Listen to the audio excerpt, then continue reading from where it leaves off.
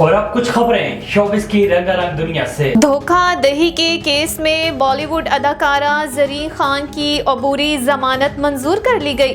भारतीय मीडिया के मुताबिक अदालत ने अदाकारा के वकील के दलाइल सुनने के बाद 30,000 रुपए के इवज उनकी 26 दिसंबर तक अबूरी जमानत मंजूर की है।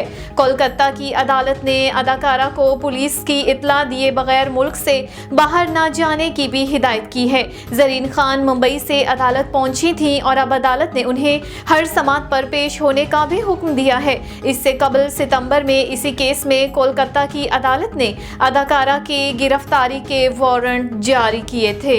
टीवी की मकबूल अदाकारा यमुना जैदी की फिल्म नायाब का ट्रेलर जारी हो गया।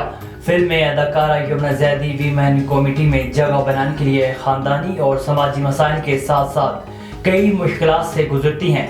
फिल्म में यमुना जैदी के अलावा जावेद शेख, अदनान सिद्दीकी, उसामा खान और मोहम्मद फवाद खान समेत फरियाल महमूद भी दिखाई देंगी।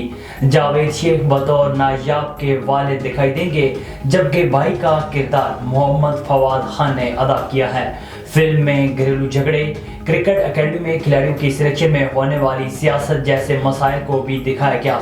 इसके अलावा गोलियां चलते नायाब की साथी खिलाड़ियों से लड़ाई के मनाज़िर भी दिखाए गए, जिससे जाहिर होता है कि नायाब नेशनल टीम में सिलेक्शन के दौरान कई मुश्किल मराहल से गुजरती हैं।